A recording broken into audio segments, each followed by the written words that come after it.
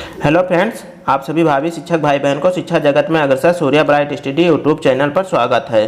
Friends, आज इस video में हम बाल विकास के अंतर्गत विकास की अवस्था पर चर्चा करेंगे, जो कि आपके सीटेट, यूपीटेट, केबीएस, एमपीटेट एवं अन्य टीचर्स एंट्रेंस एग्जाम में इम्पॉर्टेंट हैं। फ्रेंड्स, आप सभी से छोटी सी रिक्वेस्ट है, वीडियो को लाइक करें और अपना फीडबैक कमेंट बॉक्स में दें। और जो भी नए साथी जुड़ रहे हैं, प्लीज़ चैनल को सब्सक्राइब करके ऑल नोटिफिकेशन बेल को ऑन कर दें। ओके फ्रेंड्स, तो आज का सेशन स्टार्ट करते हैं। तो फ्रेंड्स, शैशवावस्था।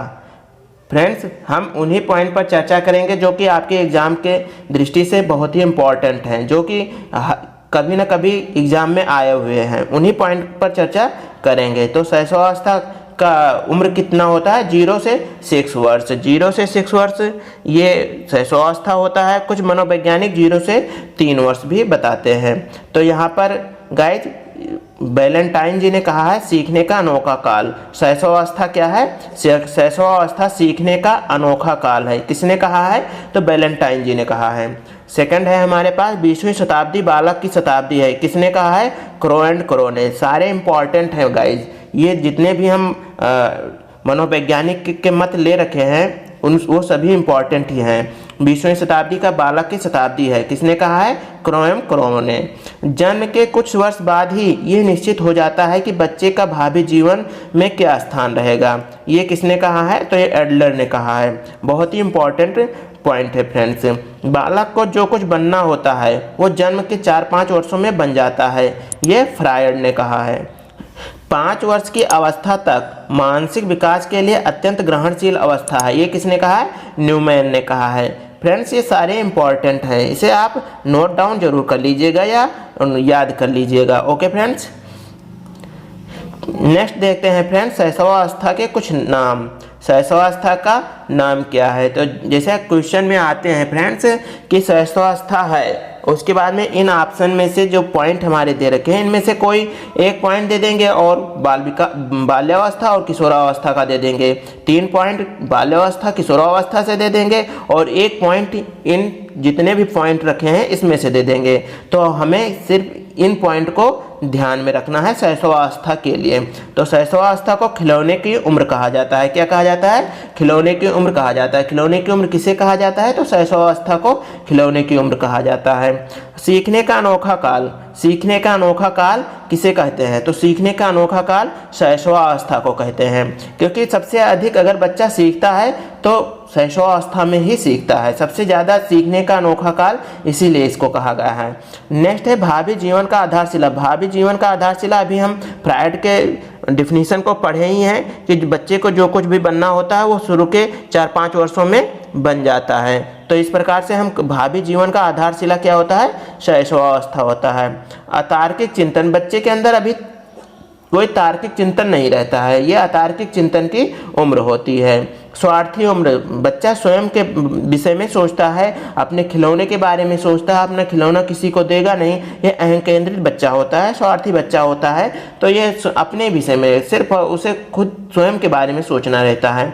नाजुक या खतरनाक अवस्था। बिल्कुल ये अवस्था नाजुक या खतरनाक ही होता है, क्योंकि बच्चा अभी नासमझ है। उसे अभी अब समाज के बारे में कोई जानकारी नहीं है, इसलिए से वो नाजुक है। वो गलती कर सकता है, कुछ भी गलती कर सकता है। मनमौजी अवस्था। क्योंकि जब नाजुक या समाज के बारे में ये अच्छे से जानकार नहीं है तो वो फिर मनमौजी, अपने मन का जो इच्छा हुआ वो कर दिया। आपका मोबाइल उठाया, मोबाइल पटक दिया, मोबाइल फूट गई। तो इस प्रकार से उसे इससे नहीं मतलब है कि मोबाइल महंगी है या सस्ती है या कैसे आया है। तो वो मनमौजी अवस्था में है। इसे नर्सरी या पूर्व विद्यालय की अवस्था भी कहते हैं। ये भी पॉइंट आते हैं फ्रेंड्स। इन सभी पॉइंट्स में से कोई पॉइंट दे देंगे और नेक्स्ट 3 पॉइंट किसी अलग से दे देंगे और आपके एग्जाम में क्वेश्चन बन जाएंगे। तो फ्रेंड्स, इन सभी पॉइंट को याद रखना। आगे चलते हैं फ्रेंड्स। विशेषताएं। शैशवावस्था की विशेषताएं हैं यहाँ पर। तो यहाँ पर शारीरिक विकास सबसे तेज होता है। सबसे तेज शारीरिक विकास किस अवस्था में होता है? तो शैशवावस्था में होता है। बहुत बार पूछा गया है फ्रेंड्स, इसे याद रखना। शैशवावस्था में शारीरिक विकास सबसे तेज होता है। मूल प्रवृत्त्यात्मक व्यवहार। यहाँ पर मूल प्रवृत्त्यात्मक व्यवहार क्या होता है गाइज? तो मूल प्रवृत्त्यात्मक व्यवहार रोना, हंसना, पैर पटकना, ये सब मूल प्रवृत्त्यात्मक व्यवहार के अंतर्गत आते हैं। तो ये शैशवावस्था में अधिक होता है।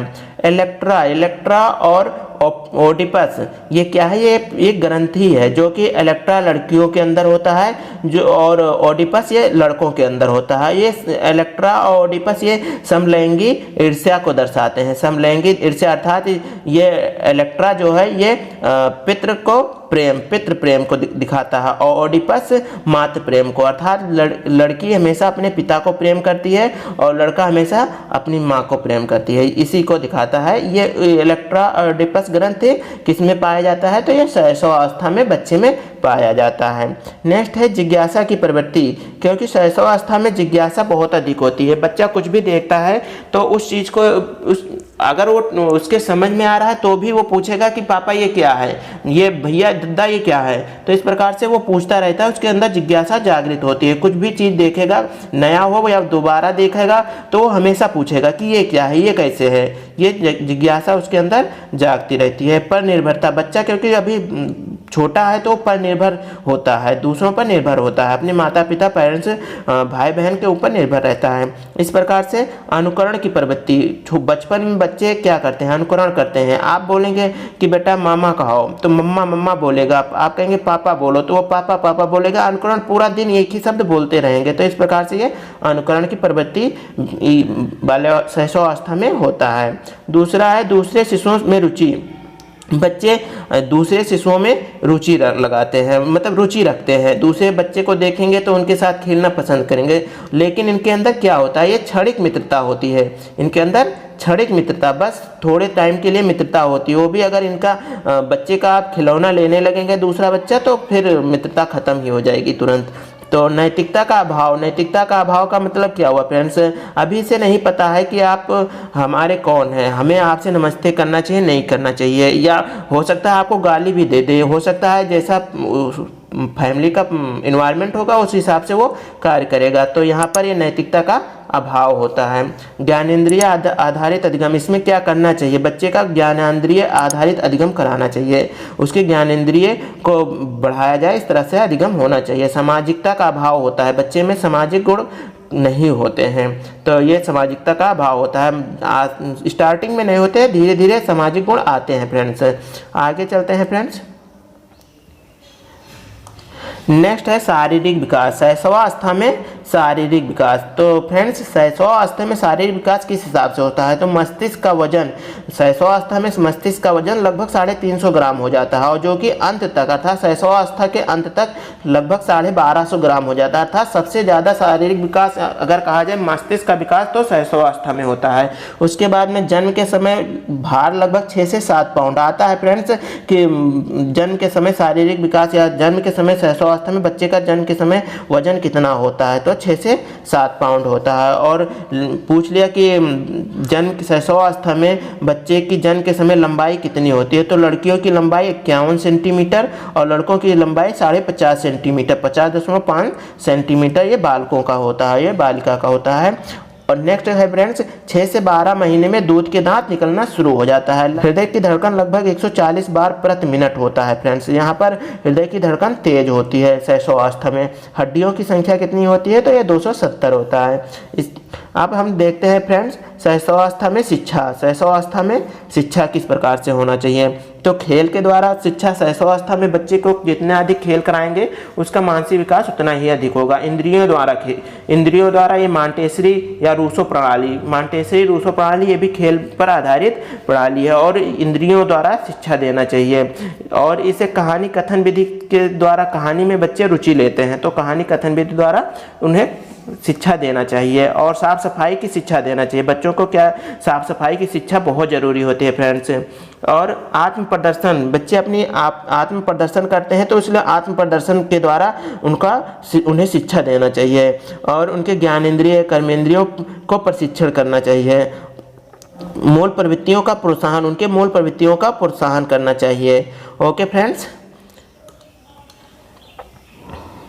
तो फ्रेंड्स वीडियो सेशन कैसा लगा है प्लीज़ कमेंट करके फीडबैक अपना दीजिए, और वीडियो को लाइक करें और अपने फ्रेंड्स में शेयर करें। आपके लाइक और शेयर करने से हमें मोटिवेशन मिलता है। और फ्रेंड्स इसका नेक्स्ट टॉपिक बाल्यावस्था, अगला वीडियो जल्द ही आ जाएगा, तो आप लोग प्लीज़ चैनल को सब्सक्राइब करके ऑल नोटिफिकेशन बेल को ऑन कर दें।